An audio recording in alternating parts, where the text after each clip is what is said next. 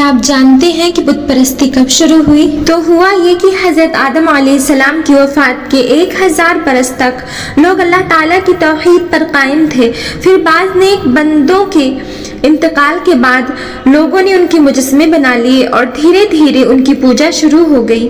اس طرح پورے عرب و عجم میں شرک و بت پرستی کی بنیاد پڑ گئی۔ جب لوگ اللہ تعالیٰ کی عبادت کو چھوڑ کر شرک و بت پرستی میں مبتلا ہو گئے تو ان کی ہدایت کے لیے اللہ تعالیٰ نے حضرت نوح علیہ السلام کو نبی و رسول بنا کر بھیجا۔ حضرت نوح علیہ السلام کا شمار دنیا کے عظیم ترین انبیاء میں ہوتا ہے۔ وہ سب سے پہلے نبی اور رسول ہیں۔ حضرت ادریس علیہ السلام کی تیسری پشت میں حضرت آدم علیہ السلام کی وفات کے 1025 سال بعد دجلہ و فرات کی وادی کے درمیان ملک عراق میں پیدا ہوئے۔ اللہ تعالیٰ نے قرآن پاک میں 43 مقام پر ان کا تذکرہ فرمایا ہے۔